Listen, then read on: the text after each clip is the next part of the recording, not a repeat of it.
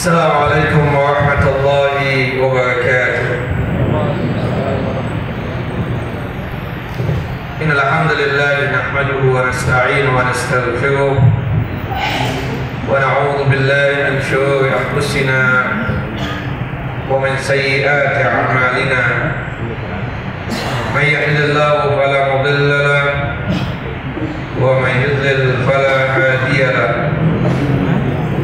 أشهد أن لا إله إلا الله وحده لا شريك له وأشهد أن محمدا عبده ورسوله ولقد قال الله تعالى في القرآن العظيم يا أيها الذين آمنوا اتقوا الله حق تقاته ولا تموتن إلا وأنتم مسلمون وبعد وبشرح صدري ويسر لي أمري واحلل عقدة من لساني يفقهوا قولي اللهم انفعنا بما علمتنا وعلمنا بما ينفعنا وزدنا علما اللهم إنا نسألك علما نافعا ورزقا طيبا وعملا متقبلا. إخواني وأخواتي في الدين A'azani wa azakumullah. Bapak dan Ibu yang dimuliakan oleh Allah Subhanahu wa taala, melanjutkan membahas kita pembacaan kitab Al-Wajiz fi Fiqh Sunnah wal Kitab Al-Aziz karya Syekh Abdul Azim Al-Badawi, yang dimana kita masuk kepada pembahasan ad-dukhul ma'al imam ala ayyi halin kana. Ketika masuk ke masjid, mendapatkan imam dalam posisi apapun, maka kita melakukan sebagaimana yang dilakukan oleh imam, berbuat sebagaimana yang diperbuat oleh imam. Disebutkan dalam hadis Ali bin Abi Thalib dan juga hadis Mu'adz bin Jabal radhiyallahu anhuma, qala, mereka berdua berkata, qala Rasulullah sallallahu alaihi wasallam, Rasulullah sallallahu alaihi wasallam bersabda, idza ata ahadukumus shalah wal imamu ala halin falyasna kama yasna'il imam. Apabila salah seorang di antara kalian datang ke masjid untuk melaksanakan ibadah salat dan imam dalam kondisi apapun, pada saat kita masuk ke dalam masjid, maka berbuatlah, bersikaplah, berlakulah sebagaimana yang diperbuat oleh imam. Artinya, jika kita mendapatkan imam dalam kondisi sujud, kita yang baru datang ke masjid, kemudian ikutilah sebagaimana dilakukan oleh imam, yaitu sujud juga. Dengan pertamanya melakukan takbiratul ihram dulu, yaitu takbir yang pertama, Allahu Akbar. Berhubung imam sujud, kita pun juga ikut sujud, Allahu Akbar. Hatta imam dalam posisi keadaan tasyahud yang terakhir, yang artinya kita sudah tidak mendapatkan satu rakaat satu pun dari imam. Apa yang kita lakukan ketika sampai di masjid? Kita pun harus melakukan sebagaimana dilakukan oleh imam, meskipun kita tidak mendapatkan satu rakaat sekalipun. Takbiratul ihram dulu, Allahu Akbar, kemudian takbir yang kedua untuk melakukan duduk, melakukan tasyahud sebagaimana dilakukan oleh imam. Dan inilah sunnahnya. Dan itu dikuatkan lagi dari hadis Abu Hurairah radhiyallahu anhu, qala, berkata, qala Rasulullah sallallahu alaihi wasallam, Rasulullah sallallahu alaihi wasallam bersabda, idza ji'tum ila sholati wa nahnu sujudun fasjudu wa la ta'taduha syai'an. Apabila kalian datang ke masjid untuk melaksanakan ibadah salat, dan ketika kalian sampai di masjid mendapatkan kita imam sedang sujud, maka sujudlah kalian.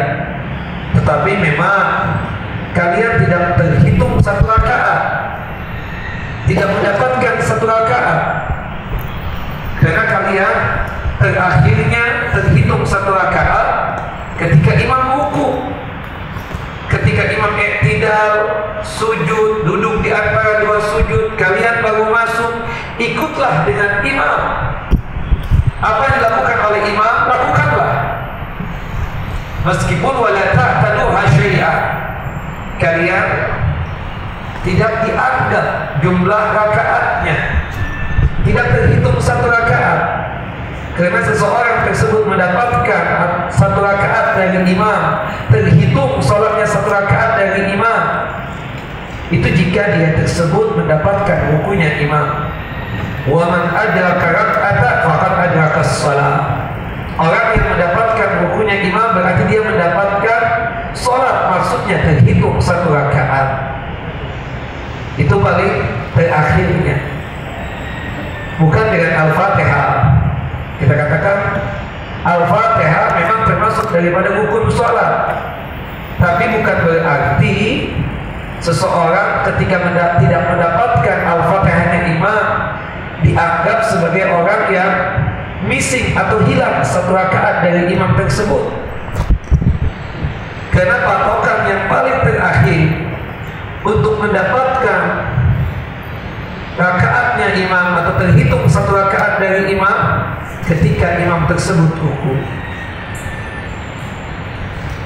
Tetapi sekali lagi, jika kita masuk ke masjid mendapatkan imam setelah ruku, entah i'tidal, entah sujud, atau duduk di antara 2 sujud, atau tasyahud sekalipun, ketika kita datang ke masjid mendapatkan kondisi imam apapun, maka lakukanlah sebagaimana dilakukan oleh imam. Tapi caranya yang pertama apa? Takbiratul ihram dulu, setelah itu takbir untuk melakukan sebagaimana yang dilakukan oleh imam tersebut. Kemudian selanjutnya dalam hadis Abi Bakrah radhiyallahu anhu, semoga Allah Subhanahu wa taala meridhai beliau, annahum intaha ila Nabi sallallahu alaihi wasallam wa huwa raki'un faraka'a qabla ay yasila ila shaf. Adalah Abi Bakar ketika sampai di masjid Nabi sallallahu alaihi wasallam. Abi Bakar melihat Nabi SAW sedang ruku. Abi Bakar masuk ke masjid Nabi SAW, mendapatkan Nabi dan para sahabat yang lain sedang ruku. Beliau yang belum sampai ke barisan sholat, belum sampai ke shaf sholat, di depan pintu masjid, beliau melakukan ruku juga. Takbiratul ihram, Allahu Akbar, Allahu Akbar, ruku, kemudian berjalan ke barisan sholat.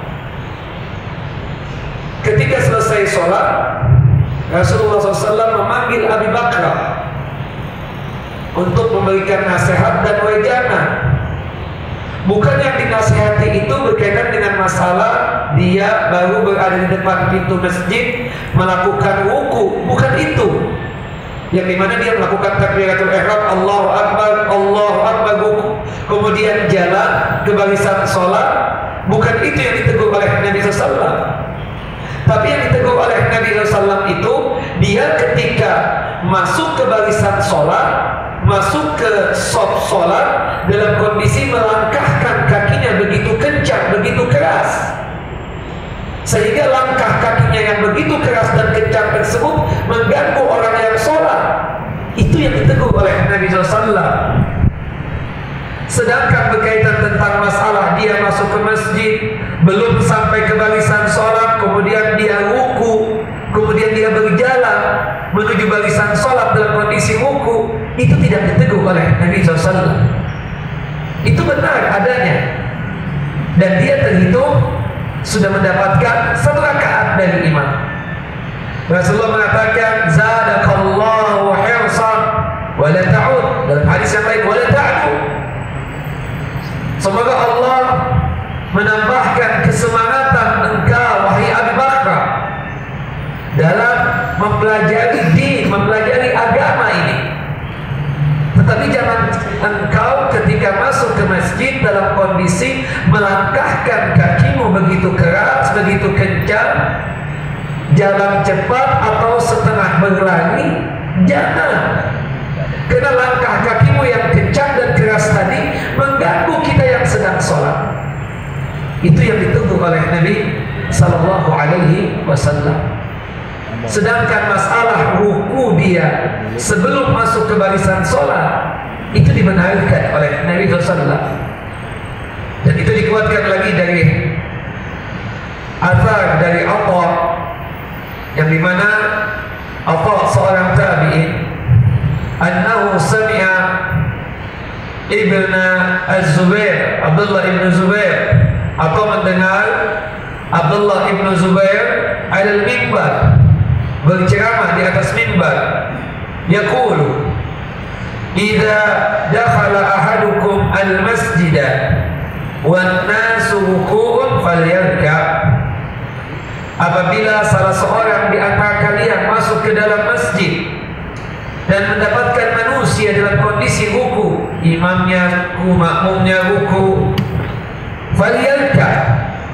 Kalian yang baru datang ke masjid juga ikut ruku juga, meskipun belum masuk di barisan sholat.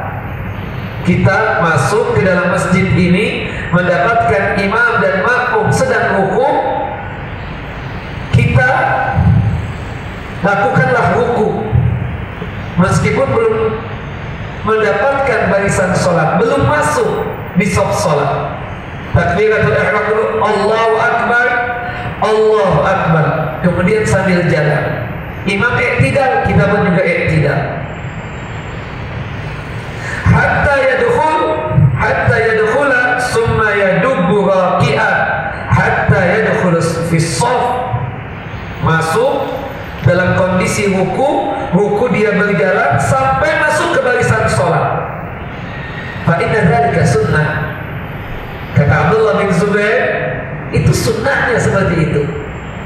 Dan kita terhitung 1 rakaat. Jelas ya kawan? Dan itu dikuatkan lagi dari athar Zaid bin Wahab rahimahullah rahmatan wasi'ah, qala berkata, kharajtu ma'a Abdullah ibn Mas'ud min darihi ila masjid. Aku pernah keluar dari rumah Abdullah bin Mas'ud ketika kami sedang duduk-duduk bersama Abdullah ibn Mas'ud, terdengar azan sholat wajib. Kemudian kami berdua pun keluar dari rumah beliau untuk menuju masjid. Ketika sampai di masjid, ternyata sudah iqamah, imam dan makmum sedang sholat. Falamma tawassatna al-masjida, ketika kami baru berada di pertengahan masjid, ini masjid berada di tengah-tengah, kami berdua, imam ruku. Imam melakukan ruku. Subhanallah, aku lihat Abdullah bin Mas'ud kabbara, melakukan takbiratul ihram, Allahu Akbar, wa raka'a, kemudian takbir lagi untuk ruku, Allahu Akbar. Aku melihat Abdullah bin Mas'ud seperti itu, melakukan yang sama juga. Aku takbiratul ihram, Allahu Akbar, dan aku ruku, Allahu Akbar. Kemudian kami berdua summa masyaina hatta intahaina ila shaff. Kami berjalan dalam kondisi masih ruku di tengah-tengah masjid, belum mendapatkan barisan sholat. Kami ruku dan kami berjalan dalam kondisi ruku. Ketika sampai di barisan sholat, imam melakukan i'tidal. Hina rafa'al qaum ru'usahum. Sampai di barisan sholat, imam dan makmum melakukan i'tidal. Sami'allahu liman hamidah, Rabbana wa lakal hamd. Falamma qada al-imam as-salat, ketika imam sudah selesai ibadah sholatnya, qumtu wa ana ara anni lam udrik. Ketika imam selesai sholat, aku kira bahwasannya aku ini masmuk, missing satu rakaat. Aku berusaha untuk bangkit. Ketika aku mau bangkit, Abdullah bin Mas'ud memegang tanganku, kemudian mendudukkan aku lagi. Fa akhadha Abdullah biyadi wa ajlasani. Didudukkan lagi aku. Kemudian Abdullah bin Mas'ud salam, aku pun juga ikut salam. Selesai salam, selesai sholat, Abdullah bin Mas'ud berkata kepadaku, innaka qad adrakta, engkau telah mendapatkan sholatnya imam. Ruku yang kita lakukan sambil jalan tadi, belum masuk ke barisan sholat, kita sudah terhitung satu rakaat. Artinya apa? Ini sesuatu hal yang dibolehkan. Bahkan Abdullah bin Mas'ud, Abdullah bin Zubair mengatakan ini sunnahnya, dan itu dikuatkan lagi dengan perbuatan Abdullah bin Mas'ud. Al-Qur'an dari hadis-hadis tadi menunjukkan kepada kita bahwasannya paling terakhirnya kita mendapatkan rakaat dari imam kapan, ikhwan? Ketika apa? Imam ruku, seperti itu. Kita lanjut dengan hadis yang selanjutnya. Ma yu'maru bihil imam min at-takhwif. Bagi imam dianjurkan, diperintahkan ketika memimpin sholat, hendaknya bacaan-bacaan berkaitan dengan surah-surah yang beliau baca adalah surah-surah yang meringankan buat makmum. Tidak mesti harus pendek, artinya ringan. Dikarenakan imam itu hendaknya melihat keadaan makmum. Jangan sampai imam tersebut tidak melihat keadaan makmum. Karena makmum dia tersebut ada orang tua, ada perempuan, ada orang yang dzul hajah, memiliki keperluan setelah sholat lagi. Ya, mungkin ada juga yang sakit, tidak sanggup untuk berlama-lama berdiri, tidak sanggup untuk berlama-lama untuk sujud. Maka oleh sebab itu, kita sebagai imam harus memperhatikan kondisi makmum. Jangan sampai kita cuma melihat kondisi kita saja, karena kita masih muda, kuat berdiri, lama untuk melakukan ibadah sholat. Itu pun kita berlakukan juga untuk makmum. Salah kita katakan. Seharusnya imam ini melihat keadaan makmum. Kita lihat hadisnya. Hadis dari Abu Hurairah radhiyallahu anhu, anna Nabi sallallahu alaihi wasallam qala, bahwasannya Nabi sallallahu alaihi wasallam bersabda, "Idza shalla ahadukum lin-nasi falyukhaffif." Apabila salah seorang di antara kalian menjadi imamnya manusia, menjadi imam untuk melaksanakan ibadah salat, falyukhaffif, hendaknya dia ringankan ibadah salat yang dia laksanakan. Maksudnya dari segi bacaan. Sahabat Mu'adz bin Jabal pernah ditegur oleh Nabi SAW, dikarenakan ketika memimpin sholat kepanjangan membaca ayat dan membaca surah, sampai-sampai membuat sebagian makmumnya tersebut tidak kuat dengan apa yang dilakukan oleh Mu'adz bin Jabal. Akhirnya mereka berpisah, dari Mu'adz bin Jabal sholat masing-masing, sholat sendiri-sendiri. Kemudian disampaikan hal ini kepada Nabi Sallallahu Alaihi Wasallam. Kemudian Rasulullah SAW memanggil Mu'adz bin Jabal sambil mengatakan, "Ya Mu'adz, afattan anta? Apakah engkau mau bikin fitnah buat kaummu dengan cara menjadi imam sholat kepanjangan? Lama betul, sudah surahnya panjang, termasuk ruku, i'tidal, sujudnya pun juga lama." Ikhwan, kita yang menjadi imam, kita mungkin kuat berlama-lama untuk sujud, tapi ada sebagian orang yang tidak kuat. karena mungkin dia lagi flu, atau mungkin alergi, tidak kuat berlama-lama untuk mencium karpet, tidak kuat untuk berlama-lama untuk mencium tikar atau sajadah atau lantai, maka kita harus kondisikan. Makanya Rasulullah SAW dalam sholat wajib, subhanallah, untuk masalah bacaannya itu sangat ringan. Surah yang dibaca pun juga ringan. Artinya makmum sanggup untuk mengikuti sholatnya Nabi SAW dari takbiratul ihram sampai salam. Tapi Nabi SAW ketika sholat sendirian tidak ada makmum di belakangnya, sholat begitu lamanya. Dan itu kita lihat ketika beliau sholat malam, subhanallah, untuk membaca ayatnya saja itu paling sedikit 100 ayat.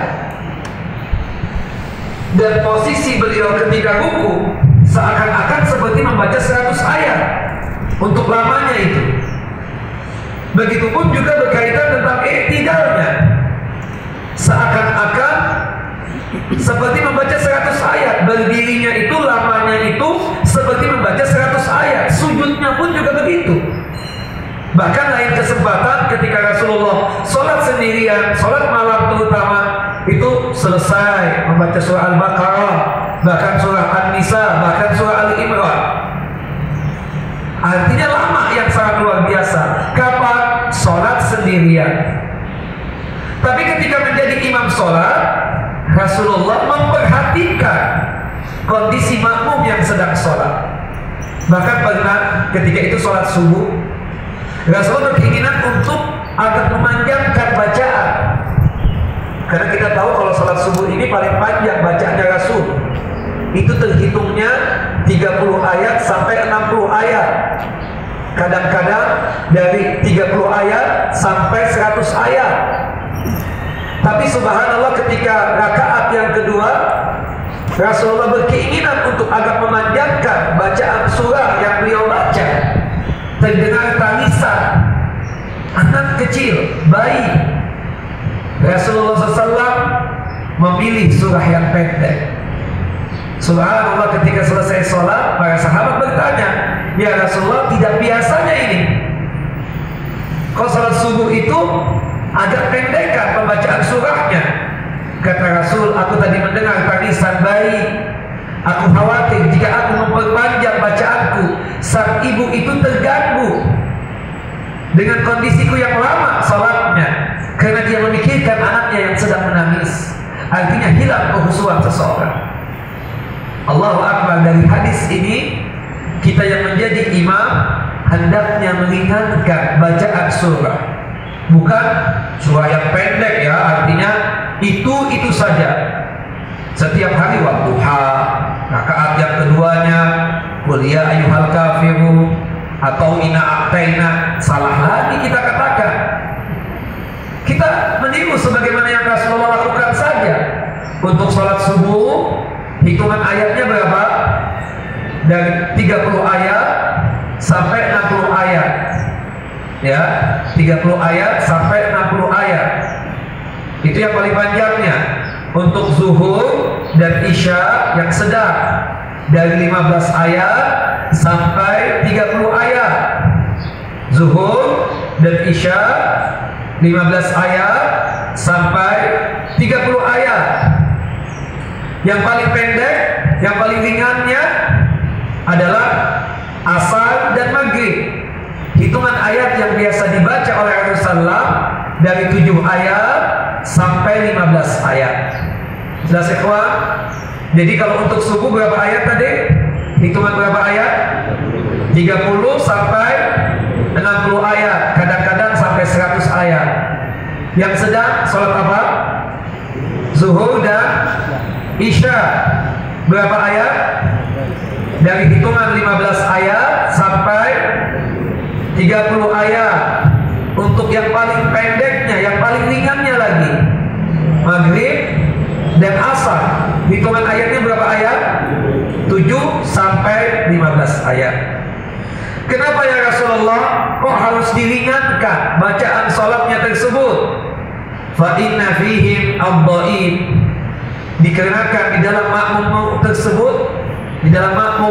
tersebut ada orang yang lemah, yang tidak sanggup berlama-lama untuk berdiri. Was-sakin, ada orang yang sakit. Wal kabir, ada orang tua, lansia. Ya, para lansia gak kuat berlama-lama untuk berdiri. Bahkan mungkin sebagian mereka gak kuat berlama-lama untuk duduk bahkan sujud. Dalam hadis yang lain disebutkan dzul hajah, di makmum kamu itu ada orang yang memiliki keperluan lagi. Habis sholat mungkin mau kerja lagi, habis sholat mungkin dia lapar, mau makan. Jadi kondisi-kondisi itu harus diperhatikan. Fa idza shalla li nafsihi falyutawwil ma syaa. Tapi kalau seandainya dia tersebut pingin sholat sendirian, artinya jika dia dalam kondisi sholat sendirian, pingin memperpanjang bacaannya sepanjang dia inginkan, monggo silahkan. Mau baca satu rakaatnya 1 juz juga silahkan. Mau satu rakaatnya Al-Baqarah selesai juga silahkan. 2 jam, 3 jam, itu kalau sholat sendirian. Tapi kalau sholat kita ini posisinya menjadi imam yang baik, imam yang bijaksana, itu harus melihat kondisi dari makmum kita. Ingat wahai para imam, di belakang kita tersebut, makmum antum itu ada orang yang tua, para lansia, ada orang yang lemah, yang gak kuat berlama-lama untuk berdiri, ada orang yang sakit, ada orang yang masih memiliki keperluan yang lain setelah sholat, bahkan mungkin ada wanita. Maka oleh sebab itu, fal yukhaffif, ringankanlah bacaan sholat kalian. Dan kita melihat kalau posisi kita imam ini, ingat,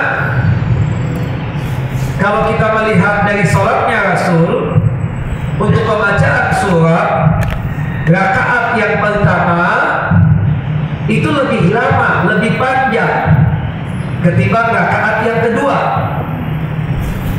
Rakaat yang kedua pembacaan surahnya agak panjang ketimbang rakaat yang ketiga.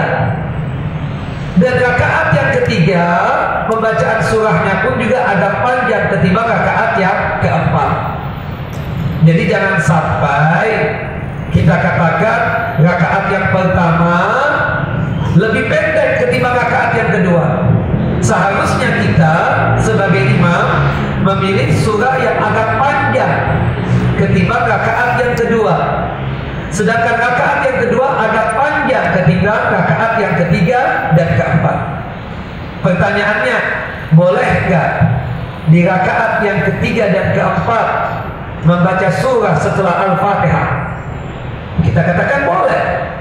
Ternyata itu pernah dilakukan oleh Nabi Sallallahu Alaihi Wasallam.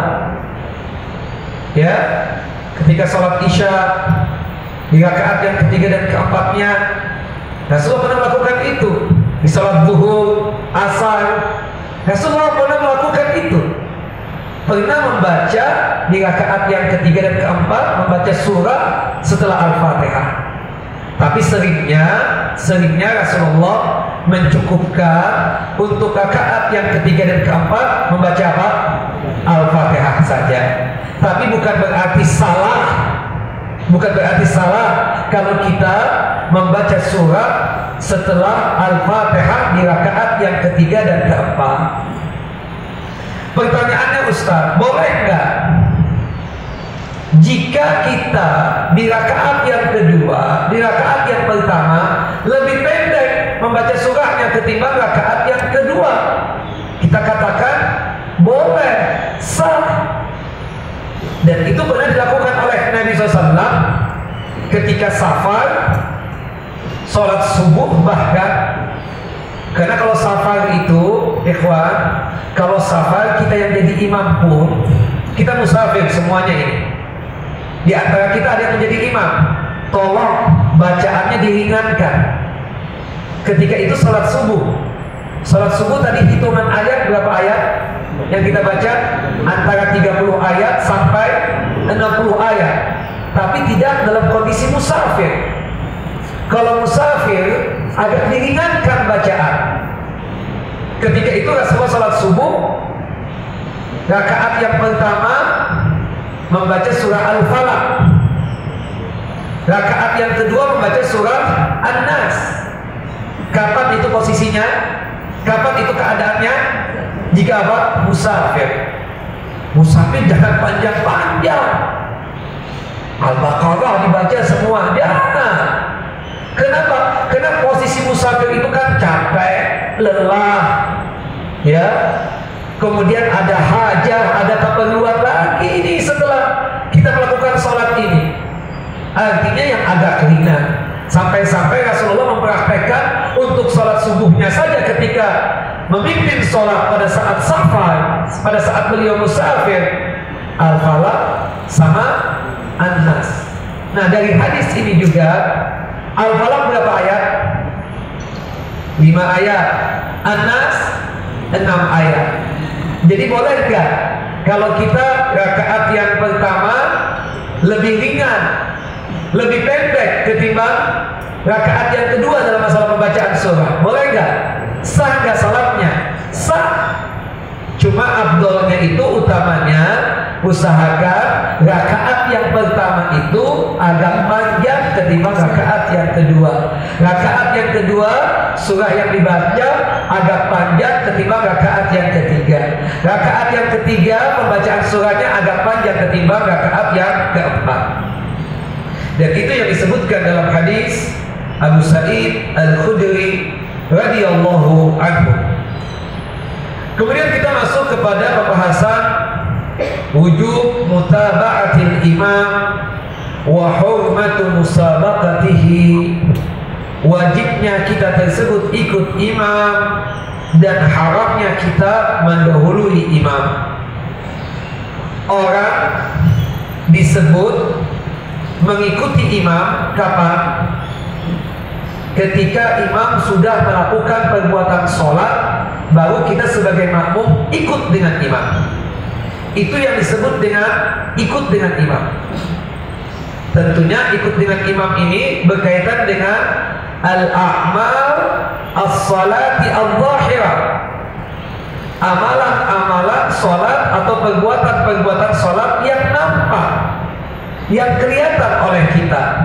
Takbiratul ihram, rukunya imam, iktidalnya imam, sujudnya imam, sampai salamnya imam, ketahuan oleh kita. Tapi kalau berkaitan dengan a'malus sholat as-sirriyah, perbuatan-perbuatan sholat yang sir, yang rahasia, yang kita tidak nampak, tidak terdengar, seperti bacaan, ruku, kita tidak tahu imam sudah baca apa belum. Atau berkaitan dengan sholat yang sir, zuhur, asar, ya, atau 1 rakaat yang terakhir sholat maghrib, 2 rakaat yang terakhir sholat isya, kita nggak tahu imam sudah selesai membaca al-fatihah apa belum. Tidak tahu kan? Nah, itu hukumnya apa? Makfu, dimaafkan kita meskipun kita mendahului imam, karena itu sesuatu yang tidak nampak oleh kita. Tapi yang disebut kita ini wajib untuk ikut imam, itu berkaitan tentang masalah amalan yang nampak, amalan yang kita ketahui, itu yang wajib untuk ikut imam. Dan sekali lagi, barometer, ukuran kita ini dianggap ikut imam jika imam sudah melakukan perbuatan tersebut. Kita lihat hadisnya, ya, hadis dari Anas bin Malik dan juga hadis Abu Hurairah serta hadis Ummul Mukminin Aisyah radhiyallahu anha. Nabi sallallahu alaihi wasallam qala, bahwasanya Nabi sallallahu alaihi wasallam bersabda, innama ju'ilal imamu liyutamma bihi. Dijadikan imam itu untuk diikuti. Ingat, dijadikan imam itu untuk diikuti. Salah satunya yang wajib untuk kita ikuti, kita lihat Rasulullah mencontohkan, fa idza kabbara fakabbiru. Kabbara artinya past tense, fi'lul madhi, sudah lewat. Fa idza kabbara, apabila imam telah bertakbir, Allahu Akbar, sudah mengucapkan takbir, sudah melakukan takbiratul ihram, baru kita sebagai makmum fakabbiru, maka lakukanlah takbir tersebut, Allahu Akbar. Wala tukabbiru hatta yukabbira. Wahai makmum, janganlah kalian ini melakukan takbir Allahu Akbar sampai imam tersebut sempurna melakukan takbirnya. Jelas Bapak? Itu yang disebut dengan ikut imam. Wa idza raka'a farka'u. Apabila imam telah ruku, sempurna rukunya, Allahu Akbar, sempurna rukunya, baru kalian ruku, farka'u. Wala tarka'u hatta yarka'a. Janganlah kalian tersebut ruku sampai imam tersebut telah ruku, sempurna rukunya imam. Wa idza rafa'a farfa'u. Apabila imam tersebut mengangkat tubuhnya dari ruku untuk melakukan i'tidal, baru kalian melakukan i'tidal. Sami'allahu liman hamidah, baru kita bangkit. Kita sambil mengucapkan apa? Rabbana walakal hamd. Karena kita sebagai makmum ini cuma wajibnya tahmidnya saja, Rabbana walakal hamd, tasmihnya tidak. Tasmihnya Sami'allahu liman hamidah itu wajib bagi imam dan bagi orang yang salat sendirian. Jadi tasmih Sami'allahu liman hamidah itu wajib untuk siapa? Imam dan orang yang salat sendirian, termasuk sekaligus tahmidnya. Tahmid itu Rabbana walakal hamd. Itu namanya apa? Apa tadi? Tahmid. Jadi tasmih dan tahmid itu wajib untuk imam dan untuk orang yang salat sendirian. Sedangkan kita makmum wajibnya apa? Cuma sebatas tahmidnya saja. Ketika imam Sami'allahu liman hamidah, kita sebagai makmum mengucapkan apa? Rabbana walakal hamd. Tidak perlu mengulang Sami'allahu liman hamidah lagi. Cukup kita Rabbana walakal hamd. Wa idza sajada fasjudu. Apabila imam tersebut sujud, telah sempurna sujudnya, baru kalian sujud. Wala tasjudu hatta yasjuda. Janganlah kalian sujud wahai para makmum sampai imam tersebut melakukan sujud sempurna. Dan hati-hati, jangan sampai kita mendahului imam, menyamainya saja berberangan, salatnya sah tapi makruh, muwafaqah namanya, itu makruh. Yang disebut dengan mutabah, ikut imam, imam dulu baru kita. Dan berbahaya betul jika kita mendahului imam. Itu membuat salat kita tidak sah. Apalagi berkaitan dengan takbiratul ihram. Imam belum takbiratul ihram, imam belum takbir yang pertama, kita sudah takbir yang pertama atau takbiratul ihram, gak sah salat kita. Dalam hadis Abu Hurairah radhiyallahu an Nabi sallallahu alaihi wasallam qala, dari Nabi sallallahu alaihi wasallam beliau bersabda, "Amma yakhsha ahadukum idza rafa'a ra'sahu qabla al-imam ay yaj'ala Allahu ra'sahu ra'sa himarin aw yaj'ala Allahu suratahu surata himar." Apakah salah seorang di antara kalian tidak takut apabila salah seorang di antara kalian mendahului imam, mengangkat kepala lebih duluan ketimbang imamnya, Allah akan mengubah kepalanya menjadi kepala dongki, menjadi kepala keledai, atau Allah akan mengubah tubuhnya tubuh keledai. Waliyadzubillah. Ini ancaman. dari Rasulullah SAW. Artinya kalau ancaman ini termasuk sangat luar biasa orang yang mendului imam tersebut dalam hal kaitan dosa. Bahkan sebagian ulama mengatakan orang yang sengaja mendului imam sholatnya tidak sah, wabil khususnya berkaitan dengan takbiratul ihram, dan sekaligus dia tersebut melakukan dosa besar. Karena tidak mungkin Rasulullah mengancam seperti ini kalau bukan itu dosa besar. Maka hati-hati betul. Imam ini dijadikan untuk kita ikuti. Jangankan itu, salahnya saja kita ikuti. Kita sudah mengucapkan subhanallah, imam gak paham-paham, gak ngah-ngah, dia bangkit lagi, salam, baru kita beritahu, ya syekh, ya ustaz, antum tadi salat subuhnya 3 rakaat. Nah, apa yang harus dilakukan oleh imam?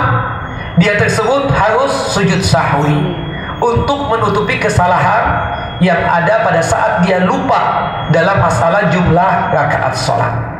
Tapi ini kira yang kita bahas pada kesempatan kali ini. Insya Allah pada kesempatan yang akan datang kita akan lanjutkan lagi pembacaan kitab Al-Wajiz fi Fiqh Sunnah wal Kitab Al-Aziz. Silakan Bapak Ibu ada pertanyaan seputar apa yang kita bahas. Baik, tafadhol.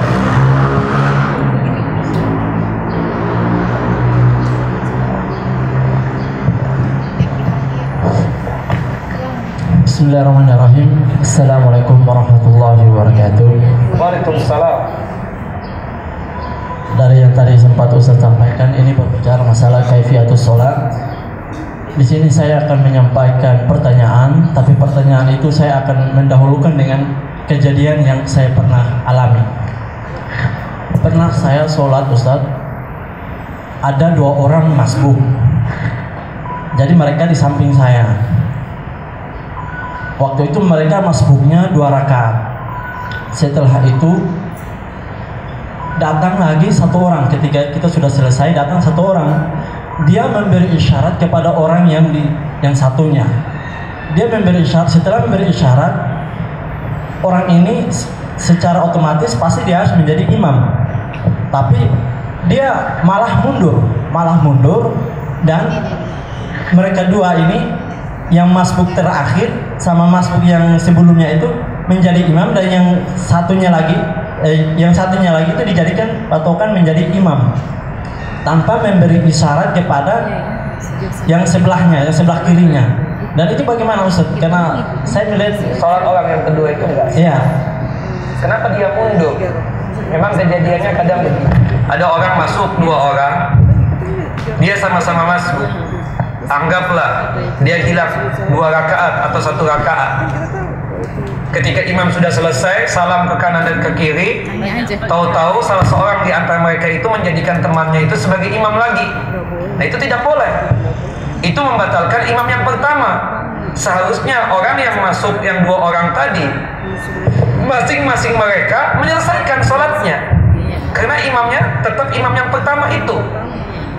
Nah, itu kasus yang sering terjadi. Masuk bersama-sama 2 orang atau 3 orang, tahu-tahu salah seorang di antaranya setelah imam selesai, imam yang pertama selesai sholat, dia jadikan salah seorang di antara mereka itu untuk menjadi imam sholat. Ini membuat sholat mereka itu jadi tidak benar. Kenapa? Karena dia membatalkan keimaman sholat yang pertama tadi. Apalagi yang kedua tadi, lebih nggak pantas lagi itu. Mungkin yang masbuk yang terakhir itu nggak salah apa-apa, tapi menjadi problem, kok orang ini dijadikan imam, kok dia malah mundur juga, malah teman yang satu yang dia jadikan imam. Nah, ini kan kesalahan. Harapan orang yang ketiga itu kan si fulan yang kedua itu yang jadi imam. Nah, ini salah, bubar sholatnya. Seperti itu. Makanya pahamilah tentang ibadah sholat ini. Kita berjamaah dengan imam yang pertama ini lebih bagus. Dan perlu bagi kita yang terlambat sholat, kalau masuknya 2, 4, atau 10 orang, lebih bagus dia tersebut bikin jamaah sendiri. Jangan ikut dengan yang para masbuk ini, jadi kacau nanti. Ya kan?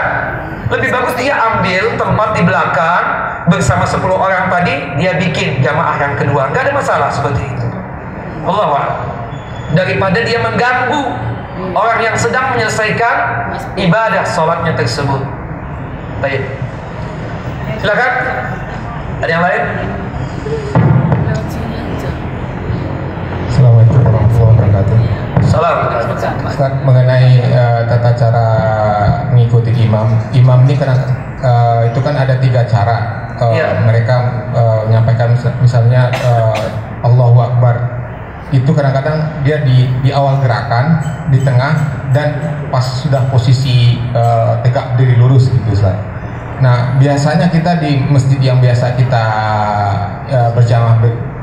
berjamaah sehari-hari, itu mereka di posisi sudah berdiri lurus, sudah sempurna, baru dia ucapkan Allahu Akbar gitu. Nah, kadang-kadang kita masuk ke suatu masjid, itu dia yang dari gerakan pertama itu udah langsung mengucapkan Allahu Akbar. Itu kadang-kadang kita hampir sedikit berbarengan dengan imam. Itu gimana kondisi itu, Ustaz? Ya, memang dalam kondisi itu tiga-tiga itu pernah dilakukan oleh Nabi. Rasulullah pernah perbuatan dulu baru melakukan takbir Allahu Akbar. Pernah juga bersamaan perbuatan dan ucapan, berbarengan bersamaan, pernah juga Rasulullah mengucapkan dulu baru berbuat, takbir dulu Allahu Akbar baru berbuat. Nah, ini untuk hati-hati. Yang sering dilakukan oleh Rasulullah adalah berbuat dulu baru mengucapkan. Untuk apa? Untuk aman buat makmum. Karena kalau kita berucap dulu baru berbuat, khawatirnya makmum yang di belakang yang tidak melihat kita yang di depan ini akan menjadi masalah. Dia mendahului imam pada akhirnya. Maka kita yang menjadi imam itu berbuat dulu baru berucap, atau paling tidak bersamaan Allahu Akbar. Seperti itu lebih bagus. Untuk apa? Menghindari agar imam tersebut atau makmum tersebut jangan sampai mendahului imam. Wallahu a'lam. Apakah ketika imam sujud sahwi makmum mengikuti? Of course, iya. Kita makmum meskipun kitanya nggak lupa, imam kok yang lupa, benar. Tapi imam itu kan pemimpin kita. Apapun yang dilakukan oleh pemimpin kita, yaitu imam, itu harus kita lakukan. Fungsi daripada makmum ini menegur. Imam yang salah, lupa misalnya jumlah rakaat, makmum yang laki-laki menegurnya dengan cara bagaimana? Mengucapkan tasbih, subhanallah. Kalau perempuan menegur imam yang salah, yang lupa jumlah rakaat, bagaimana? Tepukan tangan. Ya, bahwasanya imam lupa, salah. Tapi ketika dia ngeh, dia juga harus sujud sahwi. Kita makmum ikut sujud sahwi enggak? Ikut sujud sahwi. Itu yang dilakukan oleh sahabat. Nanti kita akan membahas sujud sahwi. Ketika Rasulullah lupa sholat zuhur 5 rakaat, Rasulullah dikabarkan oleh sahabat, ya Rasulullah, apakah ini syariat baru 5 rakaat? Kata Rasulullah, apa itu? Antum tadi sholat zuhur 5 rakaat. Rasulullah langsung membalikan tubuhnya ke arah kiblat, kemudian melakukan sujud sahwi 2 kali sujud. Sahabat yang di belakangnya ikut sujud juga. Rasulullah salam, para sahabat juga ikut salam. Begitupun juga kasus ketika sholat asar, Rasulullah lupa, asar cuma 2 rakaat. Lain kesempatan Rasulullah lupa, sholat asar 3 rakaat. Para sahabat mengingatkan Nabi SAW. Kemudian Rasulullah menambah 1 rakaat lagi, salam, kemudian sujud sahwi 2 kali, diikuti juga oleh sahabat yang di belakangnya, sujud sahwi 2 kali, kemudian salam lagi. Nah, itu kita katakan bahwasanya kita sebagai makmum imam yang lupa tadi harus ikut sujud sahwi juga. Bagaimana posisi duduk ketika tasyahud akhir pada salat subuh? Ingat Bapak Ibu, setiap sholat yang jumlah tasyahudnya cuma 1 kali, setiap sholat yang jumlah tasyahudnya cuma 1 kali, duduknya duduk apa? Iftirash. Berdasarkan hadis Wa'il bin Hujr, bahwasanya Wa'il bin Hujr melihat Nabi SAW sholat subuh, duduk tasyahudnya duduk iftirash. Dan itu berlaku untuk sholat sunnah, sholat Jumat, sholat witir, Qobliyah dan ba'diyah. Duduk tasyahudnya duduk apa? Duduk iftiras seperti tasyahud yang pertama. Duduk tawarruk itu berlaku. Tawarruk itu telapak kaki yang kanan nancap, telapak kaki yang kiri nongol kelihatan, bagian pinggul kiri kita tersebut terkena lantai. Itu namanya duduk apa? Tawarruk, yang kita posisikan pada saat jumlah tasyahud dalam sholat 2 kali. Ada tasyahud yang pertama, ada tasyahud yang kedua. Zuhur, asar, maghrib, dan isya. Nah itu duduknya duduk apa namanya? Tawarruk. Jika dalam satu sholat 2 kali tasyahud. Tapi jika dalam sholat cuma 1 kali tasyahud, tahiyatnya cuma 1 kali, berarti duduknya duduk apa? Iftiras. Ustaz, bagaimana posisi tangan ketika sujud? Apakah dibuka lebar juga sebagaimana laki-laki untuk perempuan? Iya, sama. Sholatnya perempuan itu sama dengan sholatnya laki-laki, tidak ada bedanya. Terbuka, bukan tertutup begini. Terbuka juga. Ya kan? Jangan tertutup. Toh ibu-ibu kan sudah pakai busana muslimah. Busana muslimah itu fungsinya apa? Menutup aurat kan? Seluruh tubuh tertutup kecuali muka dan kedua telapak tangan. Iya kan? Seperti itu. Mau ada laki-laki atau tidak ada laki-laki, posisi sholatnya ketika sujud tangannya terbuka juga sebagaimana laki-laki yang seperti itu. Jelas ibu-ibu? Kemudian selanjutnya, hukum menyaringkan atau mengeraskan basmalah pada bacaan yang jahar. Apa hukumnya? Kita katakan boleh. Meskipun seringnya Rasulullah SAW itu Bismillahirrahmanirrahim itu tidak ditampakkan. Berdasarkan hadis Anas bin Malik radhiyallahu anhu, kana Nabi sallallahu alaihi wasallam wa Abu Bakar wa Umar wa Utsman wa Ali kanu yaftatahuna salatahum bi alhamdulillahi rabbil alamin wa yusirruna bi bismillahirrahmanirrahim. Adalah mereka ketika menjadi imam, Rasulullah, Abu Bakar, Umar, Utsman, Ali, yang kami dengar sering mereka itu membukanya itu dengan alhamdulillahi rabbil alamin. Bismillahirrahmanirrahimnya dibaca enggak? Dibaca juga oleh mereka, cuma tidak ditampakkan. Pertanyaannya, Ustaz, boleh enggak menampakkan Bismillahirrahmanirrahim? Boleh. Boleh, tidak ada yang menyalahkan. Karena Nabi SAW kadang-kadang menampakkan Bismillahirrahmanirrahim, dan itu tidak perlu dipermasalahkan. Yang salah yang mempermasalahkan. Nah itu berkaitan dengan apa yang kita bahas terakhir. Silakan Bapak. 1, 2, ya silakan. Assalamualaikum warahmatullahi wabarakatuh. Waalaikumsalam. Tadi masalah duduk injirasan tawarruk. Seandainya imam ini belum mengerti tentang hadis yang Ustaz sampaikan tadi, sehingga dia tawarruk. Kita sebagai makmum, apakah kita harus mengikuti imam yang dikatakan tadi? Apapun perbuatan imam, kita harus ikuti imam. Terima kasih, itu pertanyaan saya, Ustaz. Pertanyaan itu sama jika saya ditanya, bagaimana kalau imam itu kunut subuh? Kunut subuh kan nggak ada. Dalam hadis bahwasannya Nabi Shallallahu Alaihi Wasallam ya tidak pernah melakukan ya kunut subuh. Kita lihat hadis Rasulullah Shallallahu Alaihi Wasallam tentang permasalahan tersebut. Dari hadis Abu Malik Al-Ashja'i Sa'ad bin Tariq radhiyallahu an, qala qultu li abi, aku bertanya kepada ayahku, ya abati, innaka qad salaita khalfa Rasulillah wa Abu Bakar wa Umar wa Utsman wa Ali hahuna bi Kufah nahwan min 5 sinin fakanu yaqnutuna fil fajr. Wahai ayahku Tariq Al-Ashja'i, Antum ini kan pernah sholat di belakang Rasulullah, menjadi makmumnya Rasulullah, pernah juga menjadi makmumnya Abu Bakar, pernah juga menjadi makmumnya Umar, pernah juga menjadi makmumnya Utsman, pernah juga menjadi makmumnya Ali bin Abi Thalib. Bahkan di Kufah ini kebetulan Tariq bin Malik, Tariq al-Asja'i ini atau Sa'ad bin Tariq al-Asja'i ini tinggal di Kufah. 5 tahun di Kufah ini Ali memimpin sholat, antum berada di belakangnya.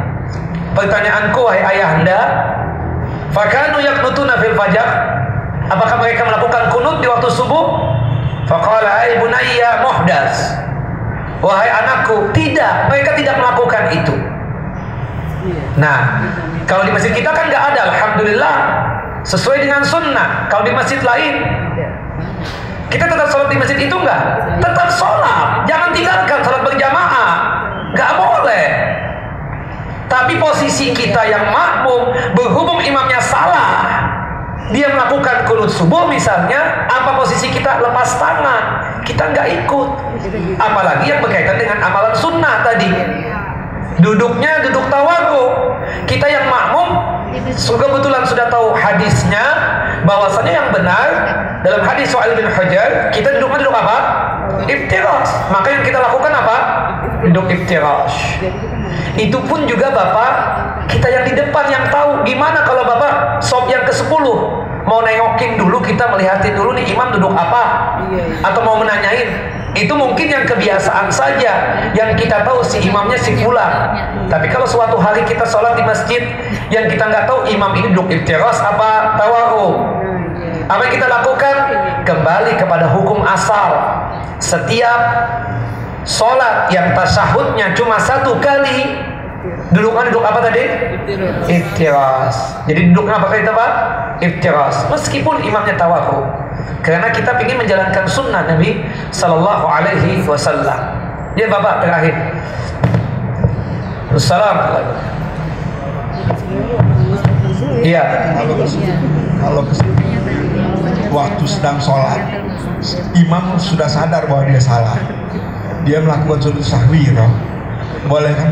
Ya. Artinya mesti kita ikut. Imam itu sadar karena pemberitahuan makmum. Saya nih imam sholat subuh, subhanallah, saya pikir saya masih rakaat yang pertama, saya bangkit lagi untuk berdiri lagi, padahal sudah 2 rakaat nih. Makmum otomatis mengucapkan apa? Subhanallah. Saya sadar kan? Oh, saya lebih nih, saya duduk lagi. Tetap sujud sahwi enggak?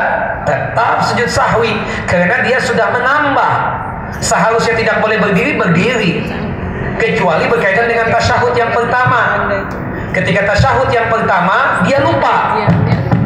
Kalau dia bangkit sempurna berdiri begini, tinggalkan tasyahud yang pertama. Nanti sebelum salam, dia sujud sahwi 2 kali sujud.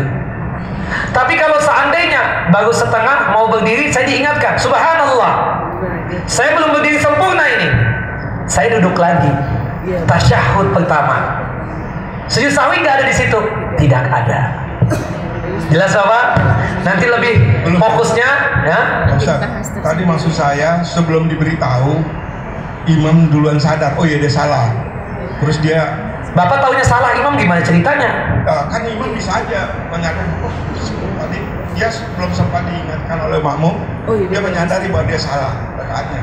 Kalau itu berkaitan dengan tasyahud, misalnya dia mau ngangkat nih, langsung duduk lagi, nggak ada masalah, nggak ada sujud sahwi, cuma 1 itu saja. Tapi kalau misalnya berkaitan dengan masalah jumlah rakaat, saya rasa imamnya tersebut bisa jadi sadar, tapi sudah melakukan kan? Kalau sudah melakukan, berarti apa Pak? Sujud sahwi, meskipun dia sudah sadar. Tapi kalau tasyahud yang pertama, itu kalau posisi sudah berdiri tegak, hatta makmum teriak-teriak subhanallah, si imam jangan duduk lagi, teruskan sholatnya, tinggalkan tasyahud yang pertama. Tapi ingat nanti sebelum salam dia harus melakukan apa? Sujud sahwi 2 kali sujud. Tapi kalau seandainya masih setengah, belum berdiri tegak, berarti diingatkan ataupun ingat sendiri, dia duduk lagi dan melakukan tasyahud. Berarti ada nggak sujud sahwi? Tidak ada sujud sahwi. Jelas Bapak? Baik, cukup. Wassallallahu ala nabi. Ya, Pak? Ya. Bacaan sujud sahwi sama dengan doa-doa sujud. Ada sekitar 12 bacaan berkaitan dengan doa sujud. Itu pula doa sujud sahwi sama, nggak ada bedanya.